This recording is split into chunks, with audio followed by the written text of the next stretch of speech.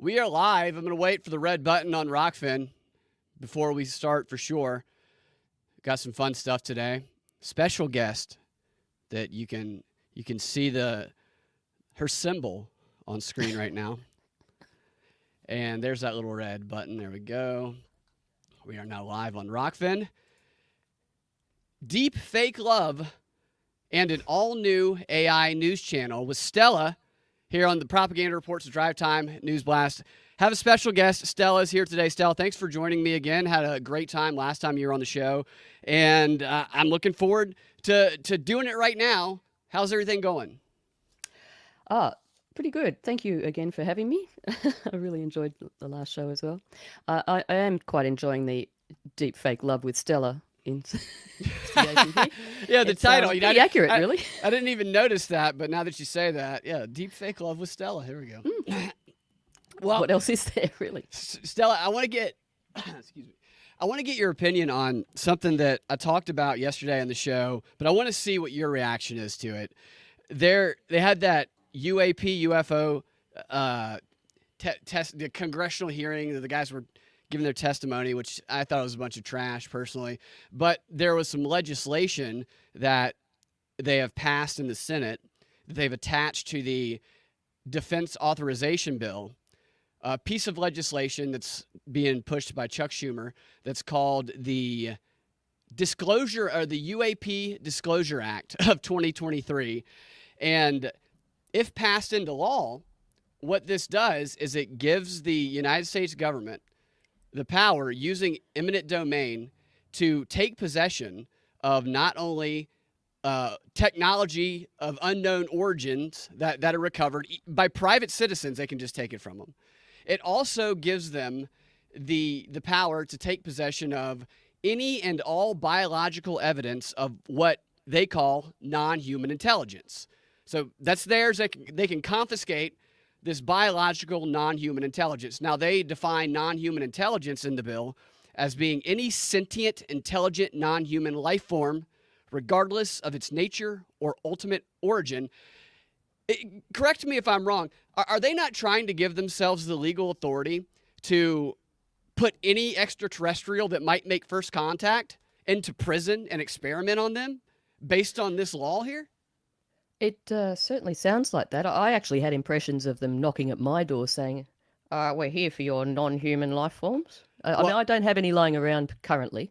Yeah, but, well, yeah. That would You're not... check under the couch. You know what they do in the World War II? People would hide under the floor panels. Yeah, you got to store them under up there. Yep, up in the roof. I think technology's already possessed, so I don't know how they can take more possession of it. But yeah, look, this sounds a bit strange. It's very intrusive, like everything else, so it fits in perfectly with what's going on, doesn't it?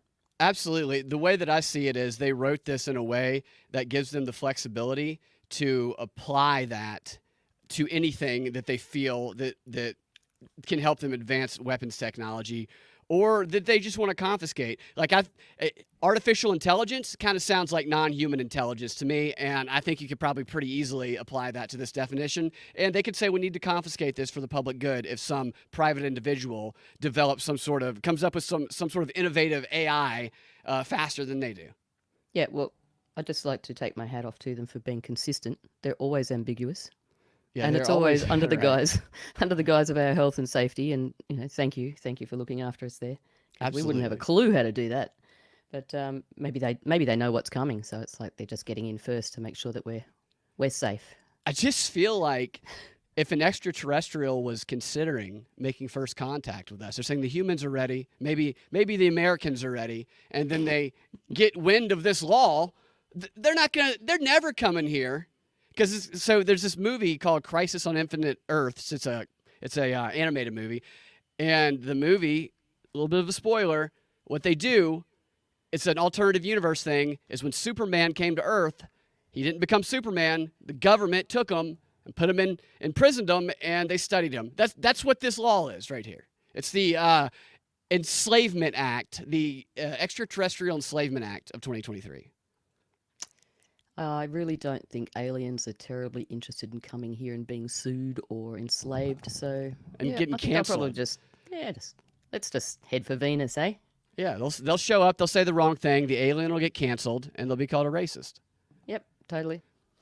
Yep. So now this deep fake love with Stella that is not the new Netflix show. The Netflix show is just called Deep Fake Love. I just discovered this yesterday, and you hadn't heard of this, had you? I have not heard of anything about this. No. Yeah, so I'm coming in cold here. I watched some of it. My deep fake love. I watched a little bit of the clips that were available online, and I'll show you the trailer in a second. But it's one of those shows. It's a reality show where the premise is that they bring a bunch of couples together on, like a paradise island, and then they do everything in their power to try to get them to cheat on each other. It's the same premise that we've seen a lot, except there's a little bit of a twist with this one. In this one, there are 5 couples, all in this tropic paradise, and they're in committed relationships. And in the very first episode, they bring them to this island and these beautiful houses, and they immediately split the couples up.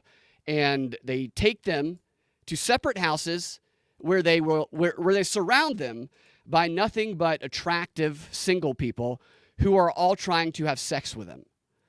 So that's how it opens up, right? And so they have to spend. So it's just kind of like Big Brother sort of thing, but they're similar, very similar. They're not houses; they're more like in their little separate thumb drives. Right. So it's like they bring them to the island. They're smiling. They're together. They ask them about their relationship. They talk about how much they love each other, how committed they are, and then the host goes, "All right, now let's go see if you F somebody else." And they get all these people whose job, their job is to be attractive and try and get the person to have sex with them.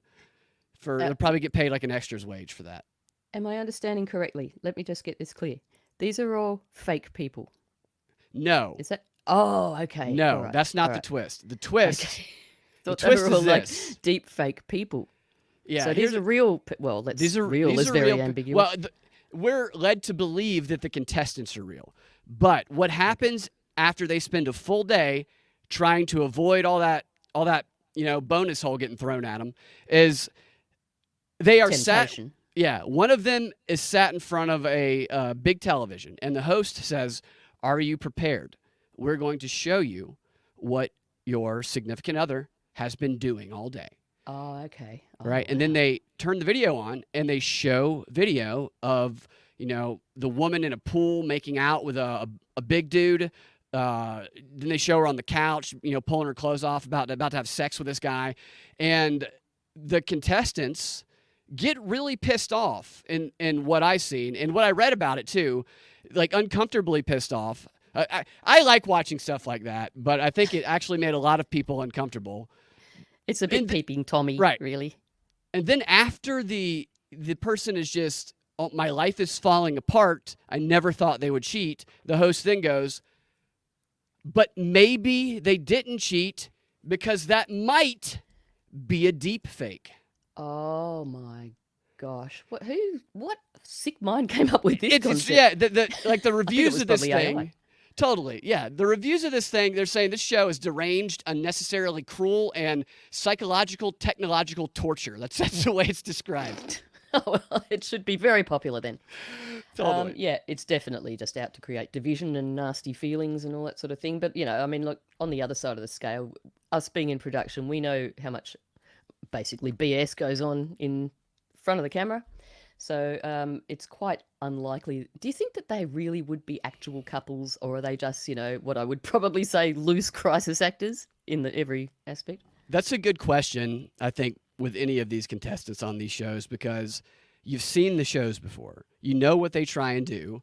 Why would you go on one of these shows? Like the prize money for this show, it's a game. Better be good. Yeah, there is a winner. It's $100,000. Oh, that's peanuts. Right. But you know what? That's ridiculous. You know how they win? They don't win by staying faithful. They win by being the couple that most accurately guesses whether or not the videos they saw were deep fakes or their partner actually cheating on them. So their partner could cheat on them every single time, and as long as they guessed it right, they'd still be the winners. It's such a convoluted way to win the prize, It just reflects the confusion of general life. They've captured that very well, by the sounds of it. Yeah. Very, Yeah, very you odd. do pose a good question, though, whether they're legitimate or not. I don't know. Some of these guys and what I watched seemed like they were upset, but you can, maybe they're good actors. There's the Netflix. It's a Spanish show, and I think it's Oh Spanish. gosh, that must be saucy. It says five couples put their trust to the test in this steamy reality series where deepfake technology blurs the line of truth and lies in a cash prize game. 100 grand. I mean, that's just that's. Oh dear. Anyway, let's continue. All right. That's like loose change. Can you hear They're that? looking for the I can. Okay. So this is one of the trailers, and let's watch it. They're looking for the truth, but forget that sometimes the only way to find it is to confront the lies. Turn off the television. In this white room, they'll see videos of their partners living with singles. But will it really be them? For the first time, deepfake technology will come into play. What? Sophisticated software will capture their movements, their features, their gestures, and make exact replicas of the participants. The knowledge.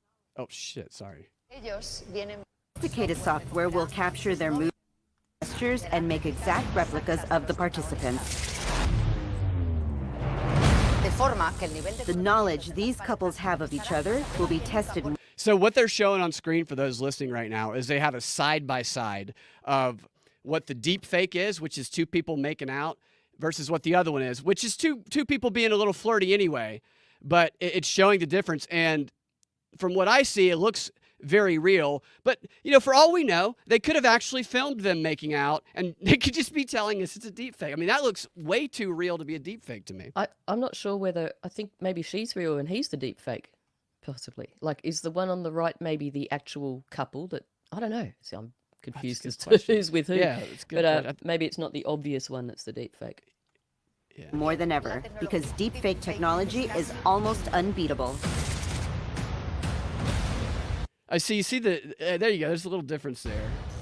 And the one, the guy's got his hand on her knee, and she's kind of got her hand on his arm. And in the other one, her hands are behind her head, like she's not interested in him. Yes, completely different body signs. Now they're making out.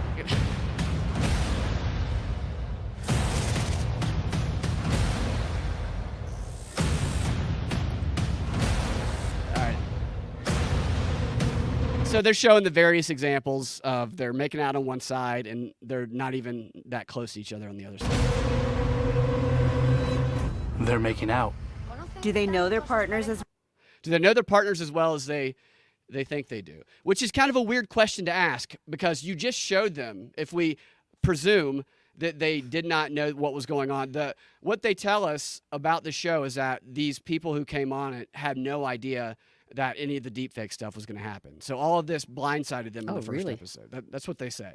So they didn't read the small print, obviously. I guess not. But that's a weird question, though. Can they trust their partners? Do they know them as well as they think or thought they knew them? When you're actually showing them a real-looking video of their partner cheating on them. Yeah, it's like sort of 10 years of marriage sped up into one episode, really. I don't know. Yeah, it's a very strange way to find out if you can trust your partner. I mean, it's sort of like, throwing burley into the water and not really wanting the fish. I don't know.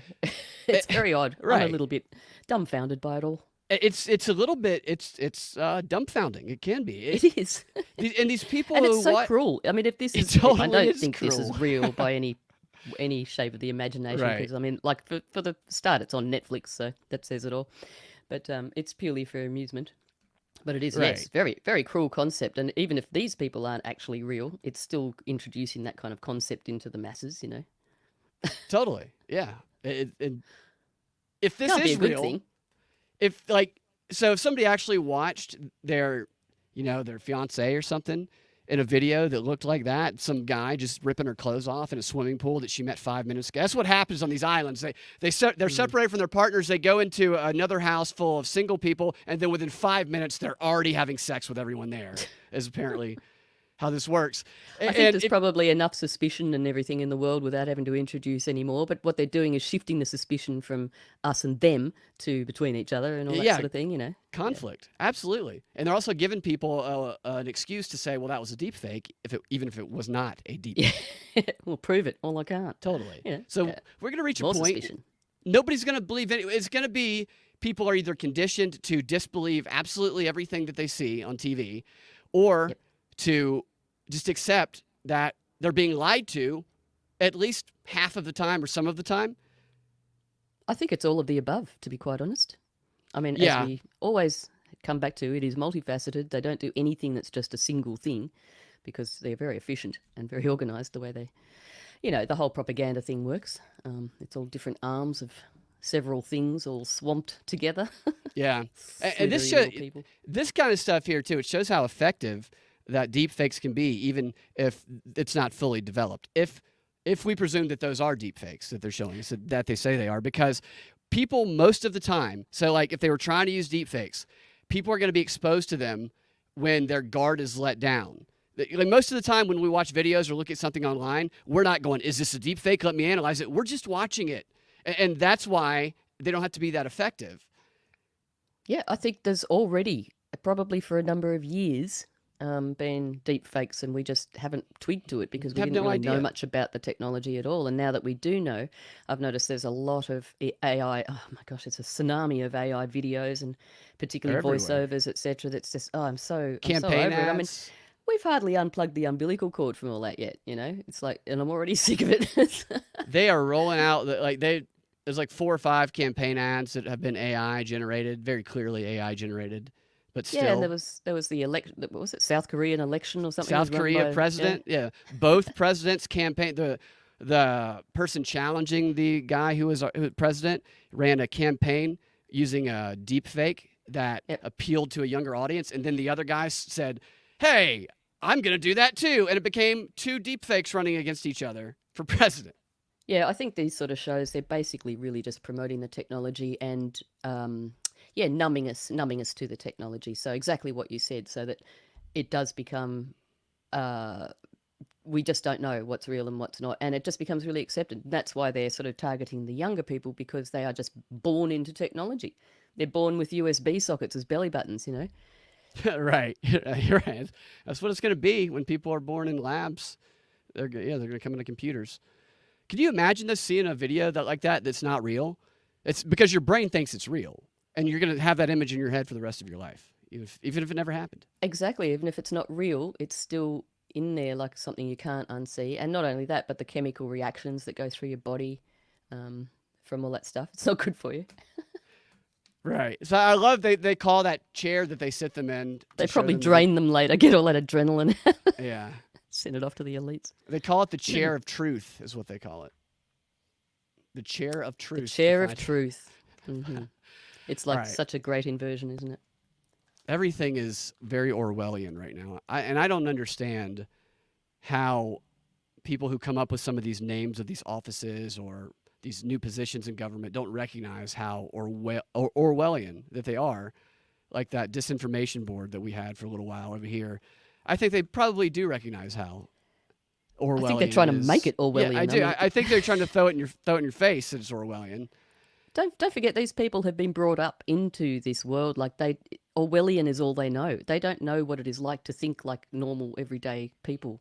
That's how they've learned to survive and get what they want, is to be Orwellian. Yeah. So They don't here's a soulless. related story. There's this it's called Channel 1 News, and they are, later this year, they are launching a 30-minute weekly news show that's created by AI. The scripts are written by AI and is presented to you by an AI news anchor. And the purpose of this company, according to its creators, is to use generative AI to create and deliver a newscast that is personalized to every viewer, individually personalized to them. And that's their selling point, is that they say, screw the left and right wing bubbles. Everyone will be walking around in their own personal, individualized bubble.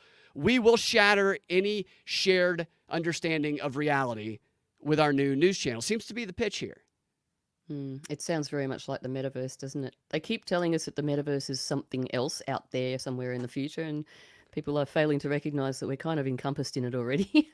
I think that's Yeah, what I feel. yeah. I saw this girl on CNN the other day. Came on. She did a long interview about how her avatar has been getting sexually assaulted in the metaverse. Like, Was that the one, not that had the deep fake nudes that were going around? She was doing the crying thing to camera? No, a oh, different one. I think that might have been a different one. Oh, yeah, I'm sure there's many. Yeah, it's probably a lot Many of victims sexual out there. harassment. And she said during her interview, she said that Just once the beginning. once other these avatars are headless, or not headless, they have no arms and they have no legs. They're just floating bodies, really, Still, bumping into each other. they haven't And come she very said far. that once this gang of avatar rapists, these armless, headless bodies and heads floating, started sexually assaulting her, that it triggered an actual real response in her body, and she froze up, and it was impossible for her to quit the game. That's why, because Ooh. when asked why she didn't leave, that was her explanation. Yeah, this is one that happened about over a year or so ago. Are you talking about? There was one a couple years ago. I played some clips Yeah. from, and then there was Yeah. another one that was yesterday, and I'm like, why are they bringing Oh, this okay. back? Yeah, okay. I mean, a rape from just floating torsos it's just an interesting sort of visual concept to me anyway. And rape? How can you rape if you don't have a penis? Is where you start in the courtroom. Exactly. Yeah. Well, we don't need arms and legs, but you kind of need a few other Right. bits. It's a thought crime. I get that stuff that it can feel real in there, but just don't fucking go in there. Yeah, I mean, if it's giving you a response where you're actually being drawn in like some sort of addiction, it's like that can't be good. Recognize it. So listen to what this guy says about his company. What's the guy's name? What's weird about this channel is one of the guys who's creating it was like a producer on Tosh Point oh, which is a comedy show. And I guess this is kind of a comedy show, but it's being presented as legitimate news channel. All right, So here's what he says. His name is Scott Zibiaski or something. He talks about how these personalized algos Racist. that learn, like he compares it to algos that make these personalized recommendations like on Spotify and TikTok. Everything is, specifically for you. And he says that that's not something we're seeing in the news field yet. So he sees a gap in the news field lacking a personalized news, which is just an interesting way to think about the news. They never thought of that one before, did they? No, right. No, And I mean, that wouldn't have been planned. he's saying this stuff right out loud is what he's doing. He's saying the quiet part out loud. Mm-hmm. Here's what he says, and the example he gives. He goes, imagine watching CNBC, except what you're looking at is analysis of stocks that are in your portfolio or in industries that you're already watching, or if you're watching sports, you can go more in depth on the teams that you love, as opposed to waiting for the parts of the content that you're really interested in. And then he says there are even liberal and conservative hosts who can deliver the news filtered through a more specific point of view. That's creepy. What are they doing? Following people around, or like, I mean, well, obviously through their phone, etc. Just Their algorithms data I and all suppose, that, I yeah. guess. I'm sure they'll pitch the convenience and how it's easier and people will consent without reading it. Convenient. And listen to this. He goes, although we can give it to you in your perspective from your set of opinions, we never, ever will break the wall of factual reporting. So I think that, if anything, we can sort of bring people together because they feel like you're talking to them with their own set of facts, opinions, and demographics, but we're holding things closer to the middle. What does that even? How can you tell somebody something based on their own set of facts and opinions and demographics while also being objective? It just reminds me of a bloke sitting on a couch going, "Yes, dear." Mm-hmm. Just like giving you all the things that you probably want to see, or whatever's going to keep you numb. Happy, and, right? Keep you compliant. Comfortably numb. Yep. In a world of your own convenience. Can you imagine trying to talk to somebody about a game or something you saw on TV the night before, and you're recounting what happened, and they're going, "What are you talking about? That's not how I remember it." Ah, yeah. Further division. And it's like trying to describe a dream, isn't it? It's like, okay, well, I wasn't there, so I'll just take your word for it. It's nothing. It's nothing that anyone's. Well, it's just like when the internet came along now, and I think about this a lot. Sometimes I want to actually go and ask a human a question, so that I Right. get their point of view. It might not be right, but it engages conversation. And it's like between adults and children now. There's no conversation because they don't have to go, "Hey, Mum, what do you think about this?" or "Hey, Dad, what does this mean?" It's just, oh, just Google it. Right. So Yeah. I read where was it Gen X or Gen Z? The generation that's younger than millennials. I read that they are like the hardest to work with. That they come in when they get hired for jobs, and they will either quit or get fired very very shortly after because they have all these demands. So they're like the new employee, and then they start demanding everything. yeah, okay. Yeah, because they've been given everything and they haven't had a. Oh, I better not say that. I'll get in trouble. The wooden Yeah, spoon has stayed in the top little drawer. Put it that way. a little bit entitled. And Yeah, entitled. That's exactly what it is. But Jen that's the by design. Ninja, we have Jen the Ninja on Rockfin saying that consensus reality sucks. That should be like the logo or the motto for this company. News One. Census reality sucks. Yeah. Yeah, Right. it's they've all been so spoon fed. Now they're just sitting there going, waiting for the government or whoever. Here comes the aeroplane. You know. It's, it's just society wouldn't even be able to function if this type of news channel is how everybody learned about reality. Nobody Yeah, would. it's They wouldn't creepy. agree on anything. I'm sort of seeing, I'm visualizing that, those spectacles or, glasses, whatever you call them, that are supposed to be in the future. I don't know, maybe they're already here. Where they Contact project. lens, maybe. Oh, yeah, well, where they sort of project. So, like, you might be walking along wearing them, but you're seeing also a projection in front of you as well as what's in front of you, actually. Yeah. Do you know what I mean? Yeah, I've seen some of those. Meta's trying to work on some of those mixed Yeah. reality glasses, and they are Yeah. already working on contact lenses that can do that. Like Yeah, DARPA and I or mean something. that's movie stuff, isn't it? I don't know if that was in Terminator. It's probably been in several movies where Yeah. you can zoom in on a target and it shows you a whole bunch of information, whether you should talk to that person or not. Right, so it can just tell you everything Mirror. about the people. Yeah, Black Mirror gives you their credit score, their social credit score, their Yeah. ESG score. Creepy. It's not Man, what I it is. just can't. It's just so. Recipe book. I find it so interesting and a little sick. Maybe these guys. A little. Maybe they don't know. Maybe they just think they see a good idea. But the idea of saying, I have this, here's my pitch for a news channel. No more objective reality. Everybody gets what they want, when they want, how they want, all the time. Oh, that would get a round of applause. We love it. Where do we sign? Then you could start making the newscasters even cater to them. They could say, breaking news, you big sexy bitch. And they could just like talk dirty to them and stuff when they're delivering the news. Want to have some deep fake love? Exactly, which brings me to one more artificial reality story. This stuff just baffles me when I see this. This is an influencer. It's a virtual influencer named Mila Sophie. And I'm going to show you. She's got a website that has her bio and her story on it. And she has a Twitter account that has like 8,000 Twitter followers, a bunch of dudes tweeting at her about how beautiful her eyes are, which she likes and comments back on. I guess maybe they do know she's not a real person, or maybe they don't. I'm not entirely sure. But let me get this on screen for you. So, the fashionable journey of a virtual influencer. There she is. I'm Mila Sophie.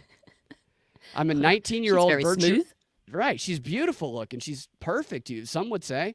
A little bit too I'm a perfect. virtual influencer and a fashion model from Finland, which right there. No, you're not actually from Finland, and you're not a fashion model. Well, I guess you could be a fashion model if you're not real. Just Definitely online. virtual. And she says, join my revolution to the fashion world.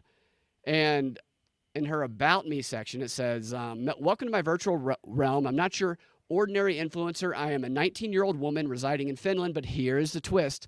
I'm AI generated. I'm an AI generated virtual influencer and a fashion model. I bring an unparalleled futuristic perspective to the realm of style. Whether it's the catwalk or digital landscape, my passion lies in showcasing the latest trends and pushing the boundaries in the ever-evolving fashion industry.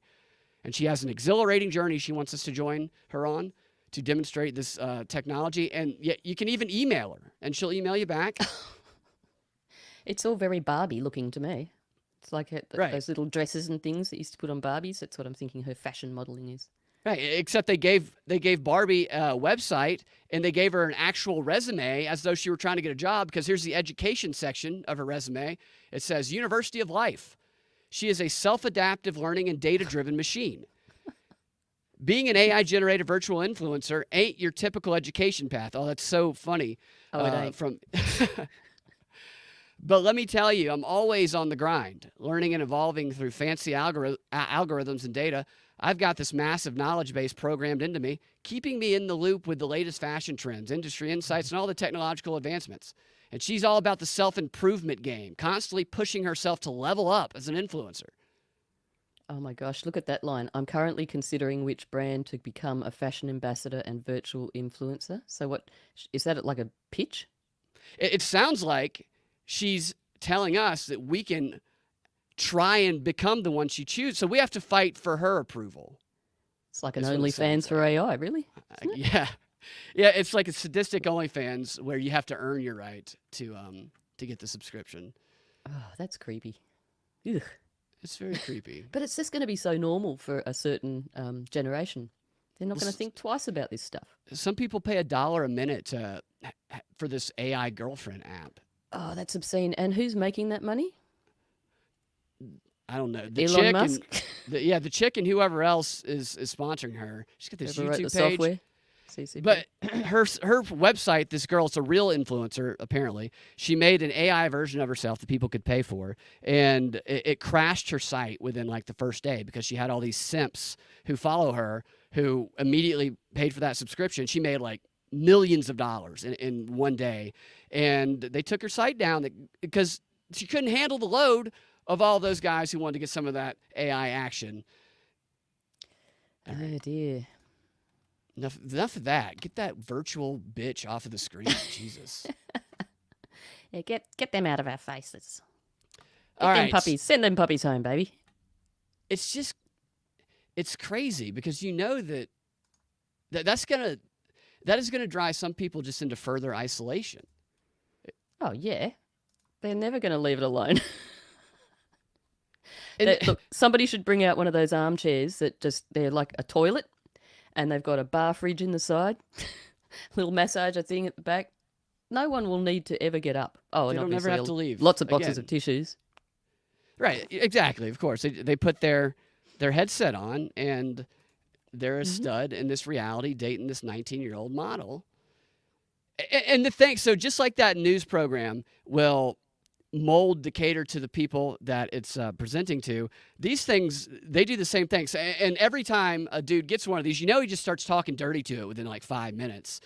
And that's going to train him on how to communicate with real women. So he's going to go out of the house for the first time in like a month, just get a cup of coffee, and he's going to be like, give me a grande latte, you dirty little slut. And it's just going to... He's going to expect everybody to just put out straight away. Oh, dear. Really training people. Yeah. All right. So that's enough of the AI news. You have a story today that I don't know anything about that I want to hear about because you said there's some more censorship going on over there in Australia, right? Yes, it's one extreme to the other, isn't it?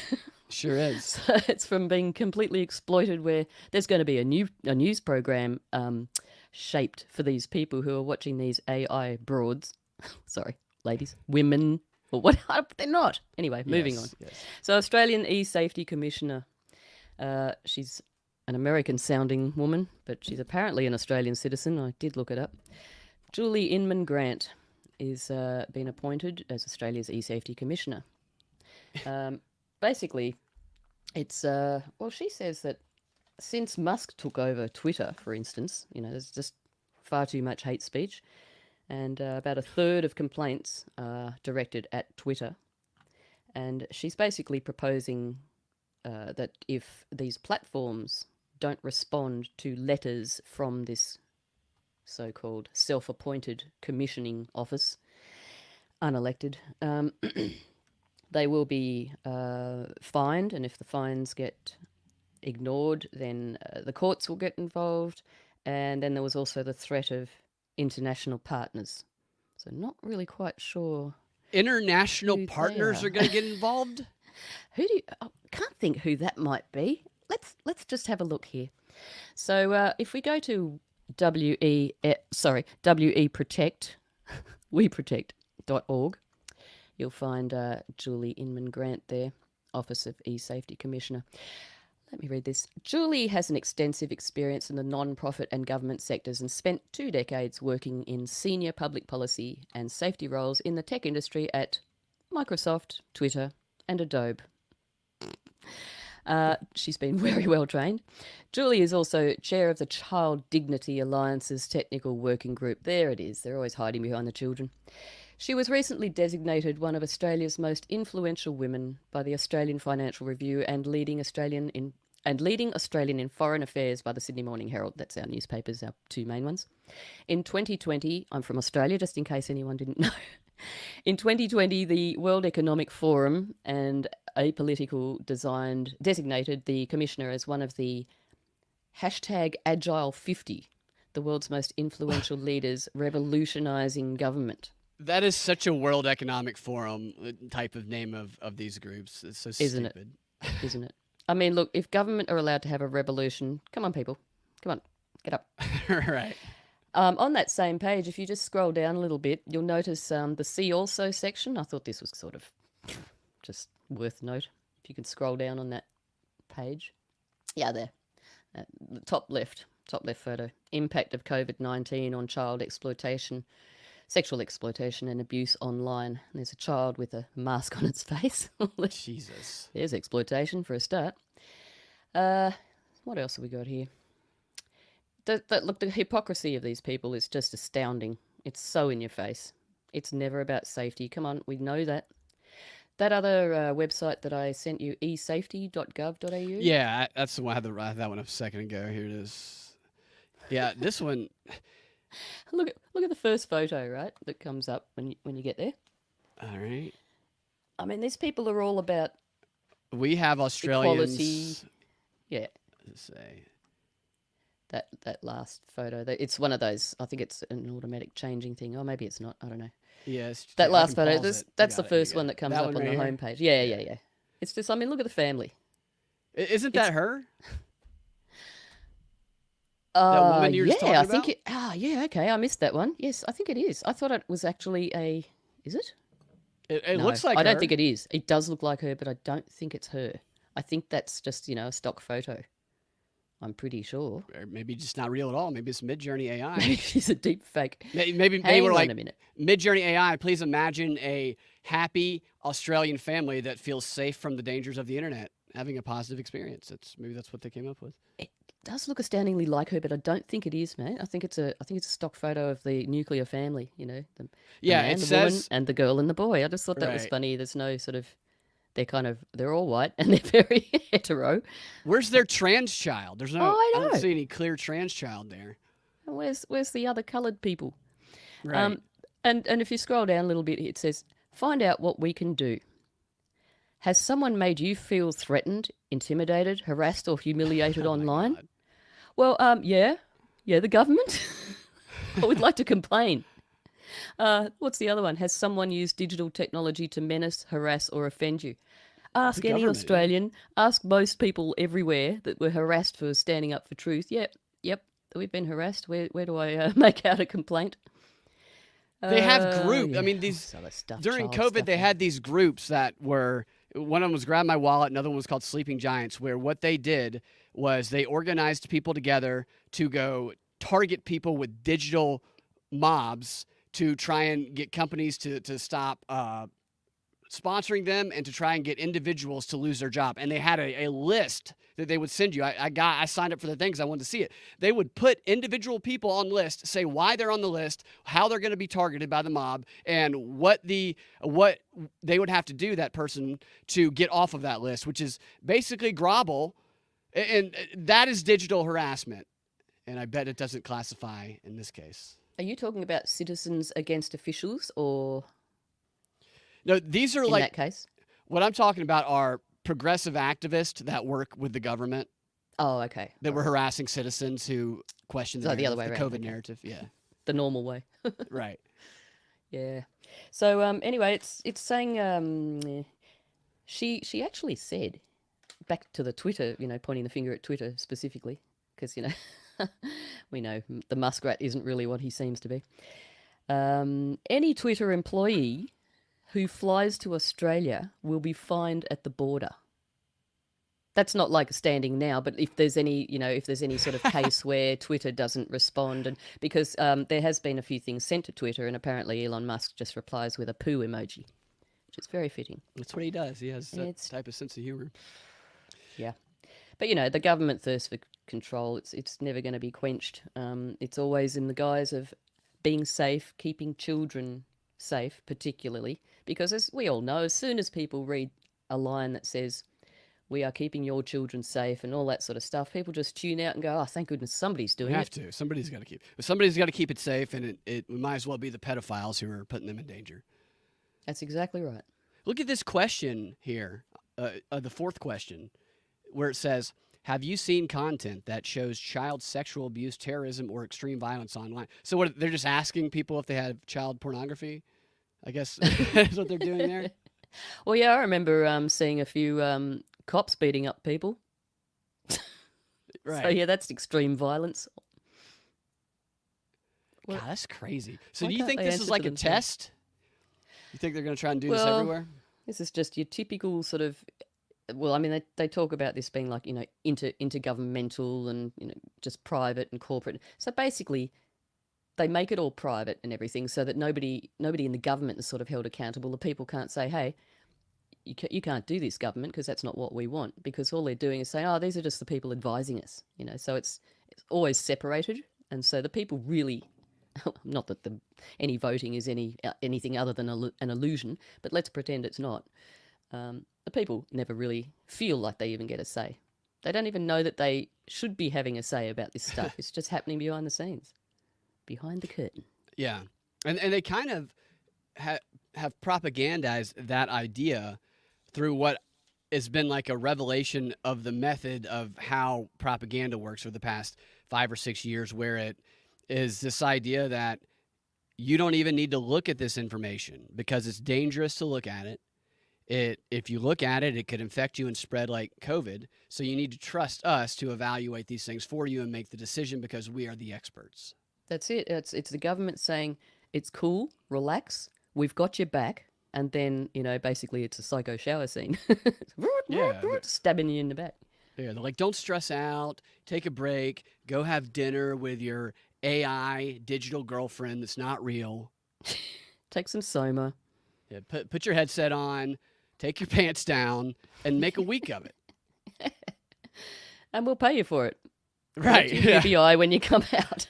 Now hiring government masturbators for AI. Yeah, we do still have white people in our ads in Australia, but it's fairly rare. I think they might be deep fakes, actually. I have not seen an ad that is not a lesbian couple, that is a black, white, lesbian couple. Like, so the only time a white person is an ad is if it's like a beta male being cucked by his wife, basically. Or if it's kind of a butchy white chick and who's the wife of a black lesbian in a commercial. We've got this woman here that used to be, and I use that word very loosely. Yeah, that's a threatening word. You shouldn't say that. Yeah, sorry about that. I hope I don't get you cancelled. She was on the television in the morning shows in the, I don't know, noughties or whatever they're called, the zeros. Became a little bit of a personality. And then the morning show basically sort of got axed eventually. Her name is Yumi Steins, and she's just written this book. She's just, in fact, I saw a photo of her after not seeing a photo of her for well over, I don't know, 10 years maybe. And she used to be quite an attractive lady, but she was sort of islandish or Hawaiian, something like that. Very pretty lady and, quite feminine. And the photo that I saw of her recently is just like complete change. Like, I don't want to stereotype people because I'm sure there's people listening to us that might have some of those features. But the change was quite dramatic and obvious that it really reflected where she's at. You could tell just by looking at her, even though you shouldn't judge a book by the cover, but they do this on purpose. They signal with certain things to make their mindset known before you even talk to them, sort of thing. You know what I mean? Yes. Anyway, And, yeah. sorry, mate. No, I was listening to Edward Bernays interview from like 30 years ago last night, and I wish I had it up. I would play it right now. But he said that exact thing right there as he was talking about the engineering of consent and how ads and press and propaganda and stuff, how no information that people get change their minds is what he was saying. He says they confirm what they already believe and want to believe, and he was talking about just discovering what those things were and appealing to those specifically to drive people based on their preconceived notions in the directions that they want to drive them. Yeah, exactly. I mean, Edward Bernays should know how to use psychology, shouldn't he? Sigmund Freud, yeah. Yeah. So Yumi Steins has written this book. It's called Welcome to Sex. Let me just bring this up here. Thank you. It's not deep fake stuff either. It's real sex for children, little children. Oh, God. So Dr. Melissa Kane and Yumi Steins, Welcome to Sex. And I wasn't prepared to talk about this, so I'm sorry I didn't send you anything. But it's just basically like they're really they're really targeting young children that, I mean, they just don't even think about this stuff naturally. Well, they probably do now. They've been made to. But like they're talking about, homosexuality to 7-year-olds, masturbation. That's particularly upsetting because it's like that's a whole level of thought that you mature into stuff like that, if that's the word, mature. But you do, that's just not thinking of children, is it? Children don't even think about really fashion naturally. Well, I certainly didn't, I don't remember the class in the second grade about wanking it. I don't remember going to that class. No, but they're going to make sure that you leave as a professional out of this indoctrination system. By the time you're ready to leave, you're going to be a masturbation expert and ready to be deep faked sexed at. Yeah, it's disgusting. It totally is. They target kids with all of this stuff because kids are stupid, okay? They're stupid. We were all stupid when we were kids. That doesn't mean we weren't creative and had wonderful things about us, but we are not bright when we're kids, and we are easy to manipulate. We believe anything that people tell us when we're young because we don't know anything about the world yet. And that's why they want people who are 16, 14, 12 to be able to vote. And they say, you should have your say. The old people don't let you have your say. We demand that you get your right to vote. Come protest with us. And they make these promises to them, and they reward. It's a system of carrots and sticks. They just reward this type of behavior that is unhealthy and in a lot of cases very sick, that will mess them up for the rest of their lives sometimes. Like you're talking about that woman who changed her appearance. Some people, it's when they become adults, it's natural, and that's what they want to do. They want to do it, but they just get ambushed by this idea that something is wrong with them and that they need to be a different way and that they're going to get more attention if they are a certain way. That just feeds into this agenda. It's like this guy who was the Bud Light guy, the Mulvaney guy. That person was an actor. Mm-hmm. You know that Dylan Mulvaney? Yeah, it's just that is an actor who discovered the best way to get attention. Like he had been on the Wheel of Fortune before, and he was I'm sure he was auditioning, trying to be an actor. And actors, they want to get cast and stuff. And he found the best way to maximize his exposure, or her, or they, or whatever the fuck they are, exposure. Look, I would take it a step further and say that it wasn't just his idea. He was a set-up puppet. Oh, probably somebody's nephew. I've just, I don't know if it's going to come up. I just gave you that link to this woman if you want to put her up. God, I see she has another book called Welcome to Your Period. Oh, okay. Well, it should say Welcome to Your Period. By the time she transitions, it'll only be a memory. Yeah, your period of memory. No. It'll be a memory for her because she's looking more like a bloke every day. She kind of is, yeah. Yeah, she's got that. So she'll get rid of... Oh, I shouldn't... You know what she looks like? I don't know. Have you ever seen Back to the Future? Back to the Future? Many, many, many years ago. Well, Flea from Red Hot Chili Peppers is in it, and she's got Flea's haircut from Red Hot. Totally has. Yeah, she looks like Flea. But he's a much more moral person. Can you put her up at all, just to show the? Yeah, I'll put her up. And we'll have to do a description for the audionics. Yeah, it's Flea from Back to the Future. Audionical listeners. All right. But yeah, she was on a morning show, and she was always quite a personable person. So she's obviously been MK Ultra'd or something. Clearly, Yumi Steins. There she is. It's a shame we can't get a before and after. There might be one there. There's got to be one somewhere. I mean, so like, does that scream an attitude to you? Like, no, if you met her in a dark alley, would it be like? I'd say it's so nice to meet someone with no political agenda for once, is what I would say. Meeting this person. Yeah, exactly. Clearly, she might as well have talk to me about politics and I'll fight you or something. Like, she's got an agenda written all over her face. She's gonna spit truth right at you. Yep, I could see it. It's gonna be. Why are there like cherries? acid. There's cherries, and what is that? That's an eggplant. God. I'll tell you about that later. We'll have a chat. Yeah. What does that mean? I don't understand. Deep fake fruit, mate. Yeah. There's a peach. There's a peach. That's the apple bottom, I guess. I guess that thing probably twerks in the book, if I had to guess. That's the twerky thing. We've got the cherries there that some people like to cut off. I saw this. Have receded in some. I was reading this story about.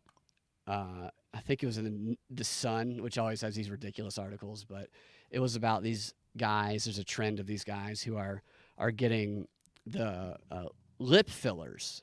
They're injecting them into their penises to make their penises bigger. They found it to be less permanent solution to the sometimes dangerous process of getting your penis surgically enhanced, because that could be you could end up getting your dick could never work again. But you just inject these babies, 20 or so injections, which they have it's like a massage clinic. You go like once a week, or a tanning place. You get your dick injected with this cock filler, and all of a sudden you got a naturally bigger dick. And one of the guys they were interviewing was like, yeah, I've gotten like 20 shots. It's only like, he's like, if I would have gotten surgery, it would have cost me $15,000. The 20 injections I've gotten into my penis to make it bigger have only cost me $10,000. And I feel so confident every morning. And he said this, he said, it was so depressing to me to wake up every morning and look down at my little dick.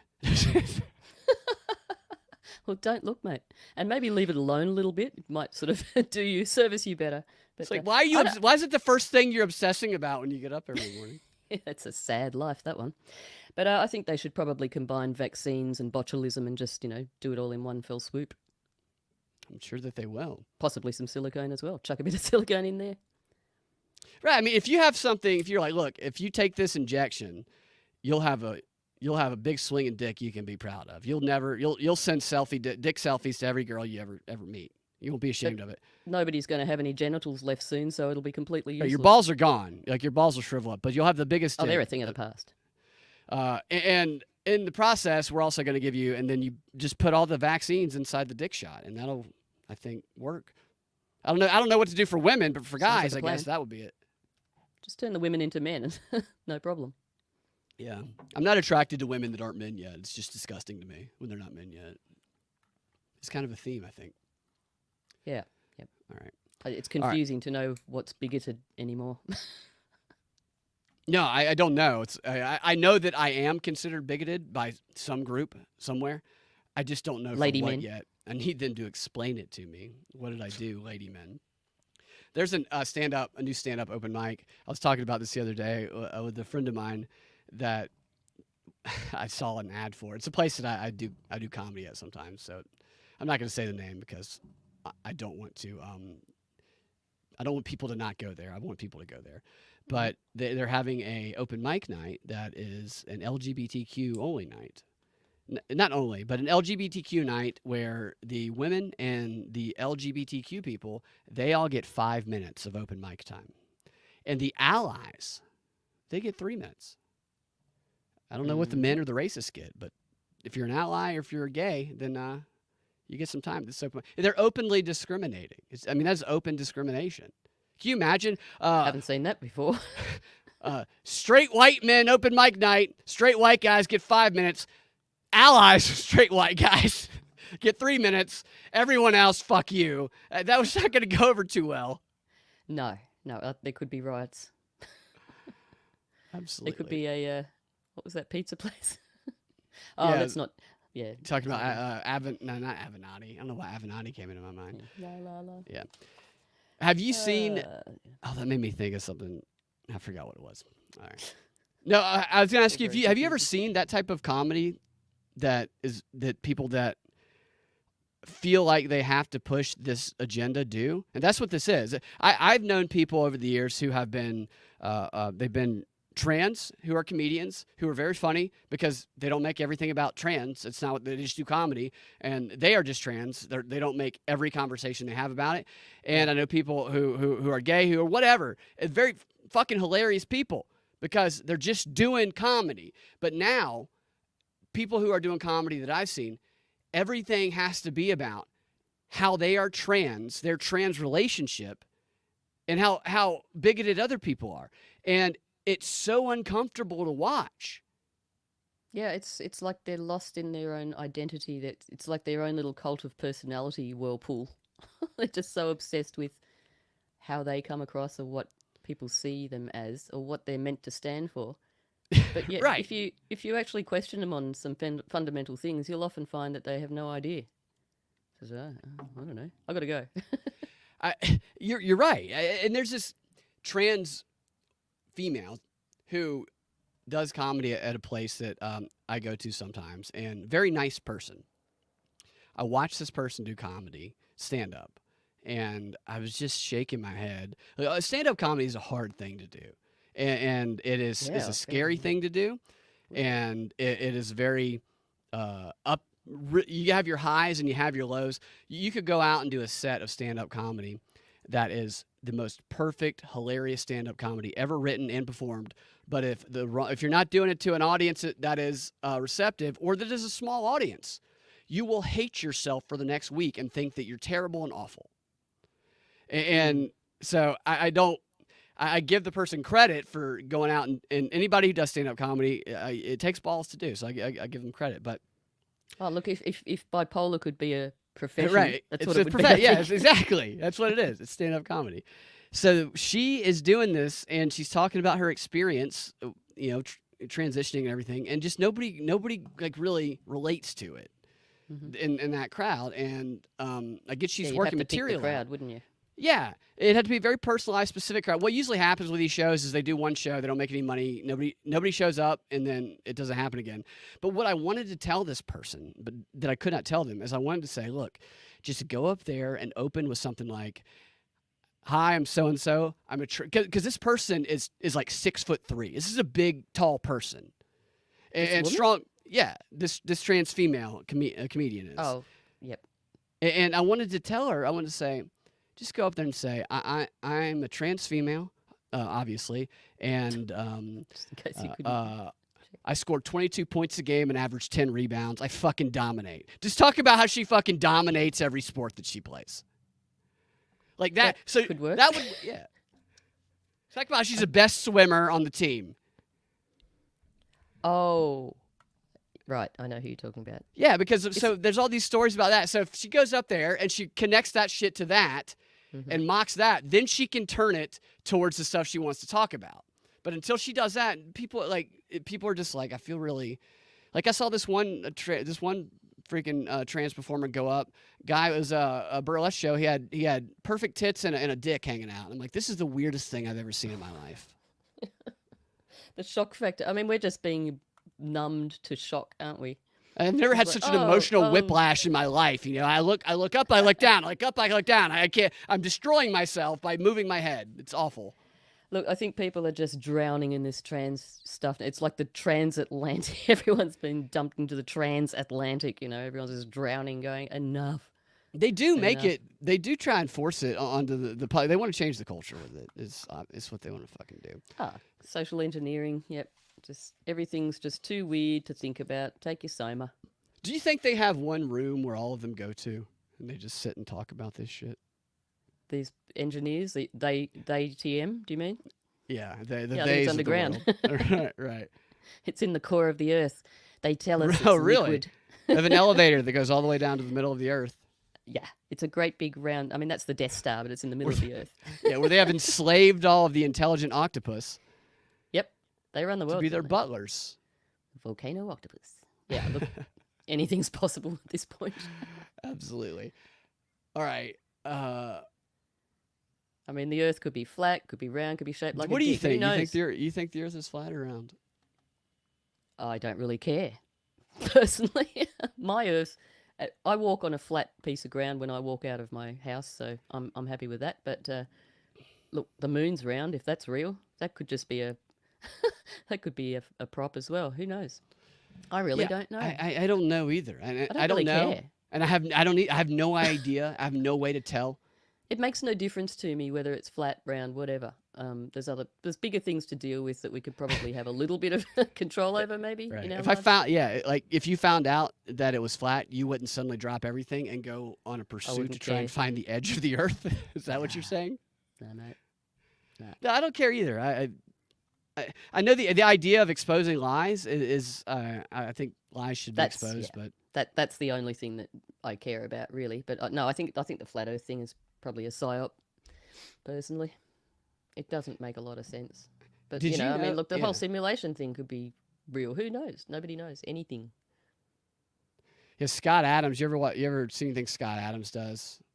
Oh, I've heard his name. I don't know. I haven't watched. Scott He's Adams. a Dilbert guy. He thinks that we live in a simulation. Maybe he's right. There's not. I mean, there's. I watch a couple of people who very much believe in the simulation theory. I mean, it's something to consider. It's Because an argument. Yeah, it's an let's argument. face it, we don't know. We cannot prove anything. So whatever we believe is purely a belief system.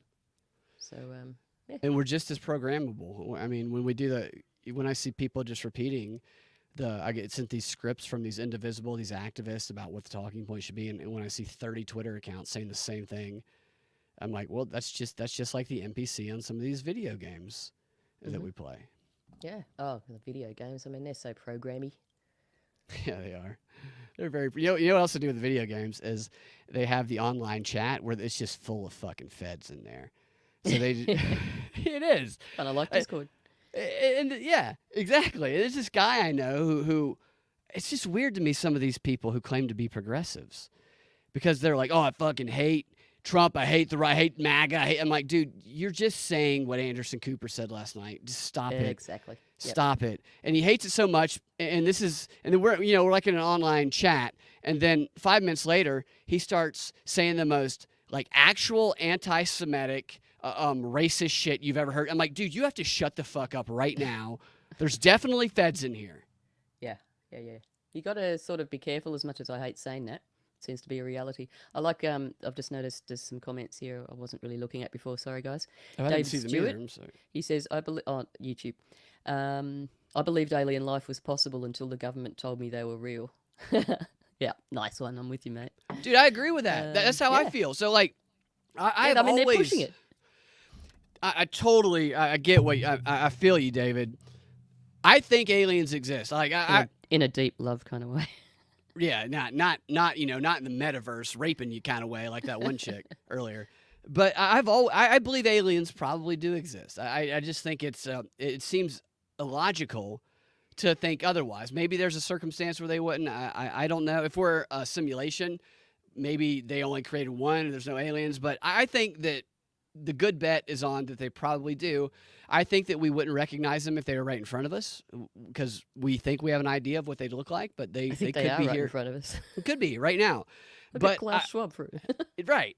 What I don't believe is any of the shit that they're fucking telling us. Not for 1 second do No. I believe any of this disclosure. They're not going to tell us about aliens. They're going to make us think that aliens are here, and they're going to make us think it's a threat because they want us to comply. They're Because trying so hard. really hard. They bring this guy. So this whistleblower. I'm David Grush. I'm the whistleblower. And that I'm a career intelligence agency. I worked in my credibility is I worked for 14 years in the National Security and Intelligence Agency, 4 years covert operations, and I talked to high level officials who told me and showed me images, proof of. I mean, the guy is the goofiest, dweebiest, most gullible seeming. He could either be in on the thing or he could believe it. I could see him being someone who believes what the intelligence agencies There's a are big telling difference. him.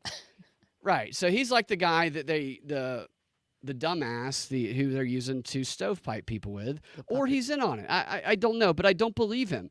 They will show us some shit though. Shit is going to get wild, Stella, in the next few months. They do not set something like this up to just drop it. It's like Chekhov's gun. You know, if you introduce a gun in the first scene, it's going to fucking get used by the third act.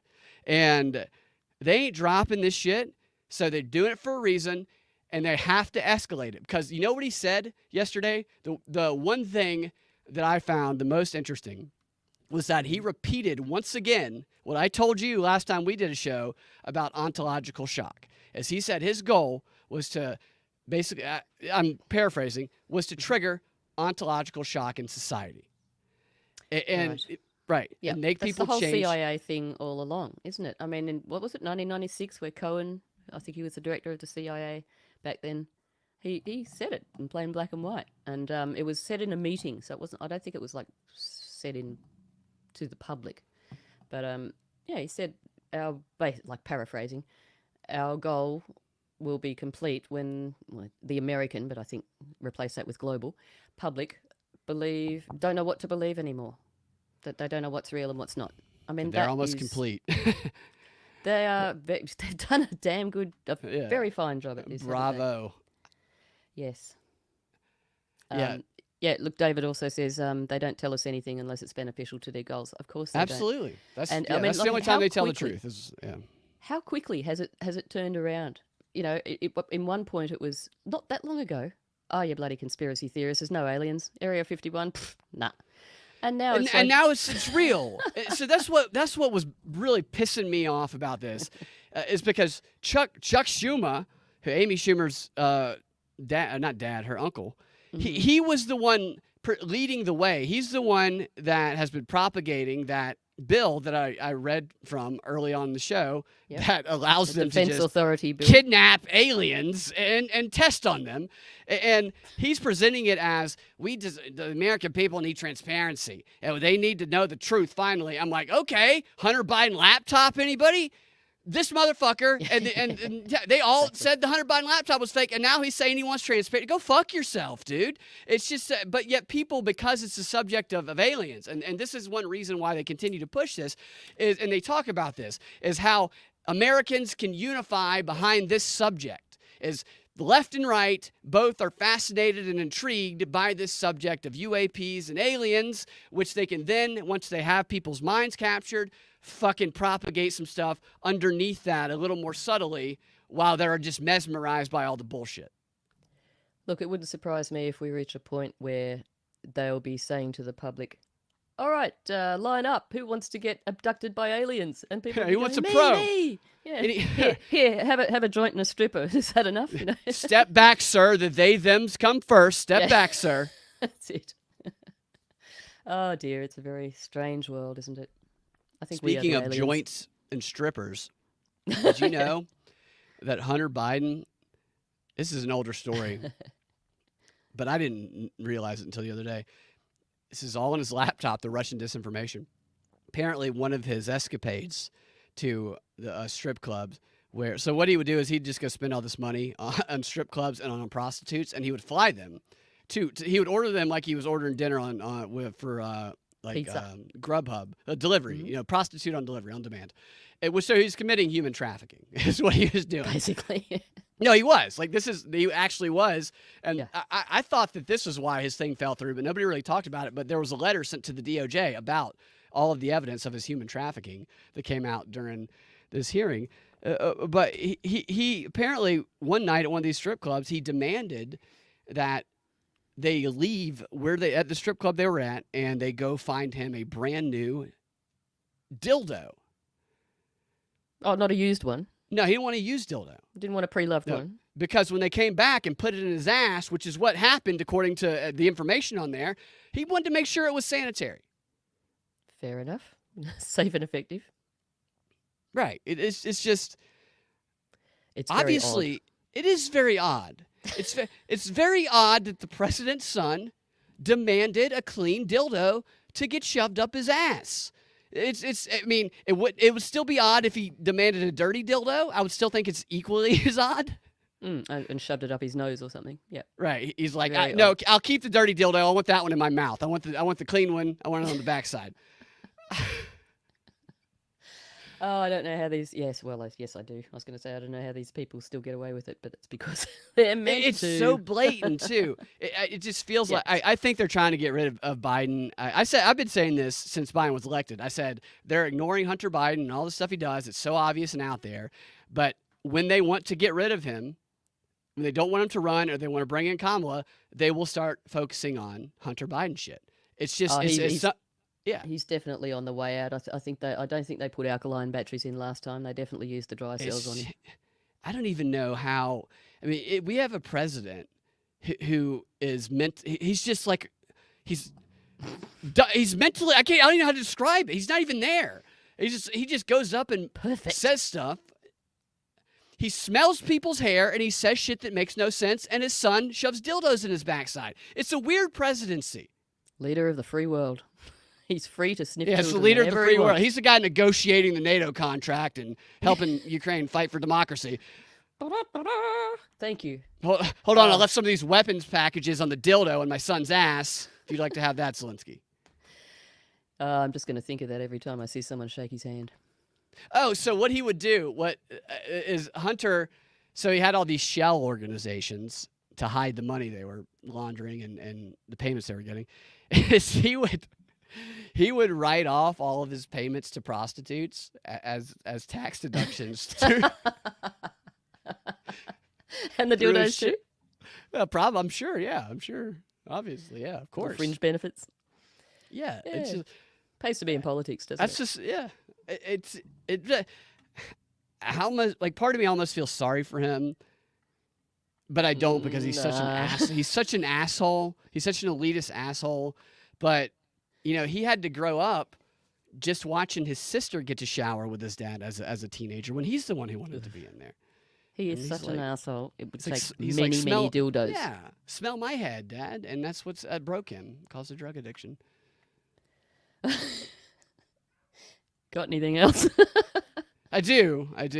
We got off on the Hunter Biden thing, and the Hunter Biden thing I know is a distraction, but it's also just the biggest illustration of AJ, power.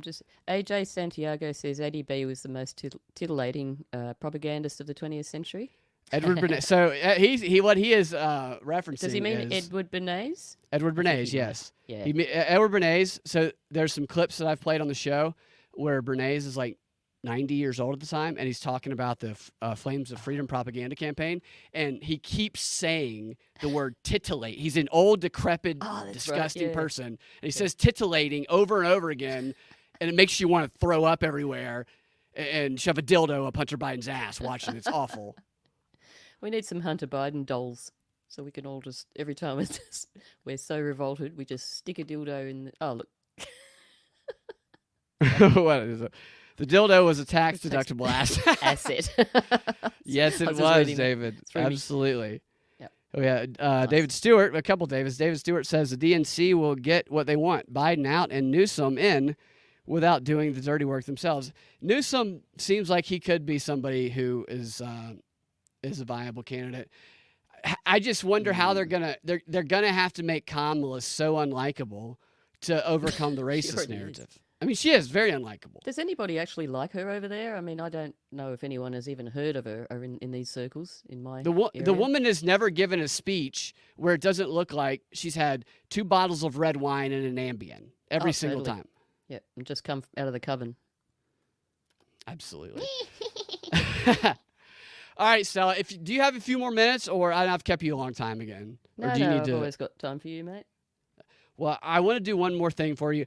I think it's going to be fun. I watched some of it. I haven't watched all of it, but I found all of these. I watch these from time to time. All of these old 1940s and 50s United States propaganda videos that the government makes to teach people how to be a good soldier, to teach people how to not be a communist, to teach people how to go on a date with a woman, to teach people the problems with women in some of them. Mm-hmm. And this one is from, I think, the 50s or 60s, but it's all about marijuana and how dangerous marijuana is. Oh, right, Reefer Madness times. Yeah, and I thought it would be funny to watch that and just kind comment on it. So you can stick around and do that? Absolutely, yeah. All right, Stella, I appreciate that. Well, that's what we're going to do in the DNB XR, the subscriber-only portion of the show. If you want to get that, go to patreon.com/propaganda report. Thank you guys for watching. Yeah, We'll talk to thanks you for next being here, time. guys. Thank you, Stella. Oh, Stella, tell everybody where they can find you first. Okay. Union of the Unknowns is a podcast that one can access if one chooses, and we also do a sub podcast called Not Your Mama's News, which is generally a weekly thing. It's just a bit of a laugh at the news, or just bringing things and analysing them and laughing tyranny in the face. Right, and you guys have a number of people involved in the show that have fantastic insights. Yep. we Who, do. yeah. Very So fortunate, and from different parts of the world as well. So I'm happy about Which that. is Or cool. different parts of It's- yeah, America it's as a- well.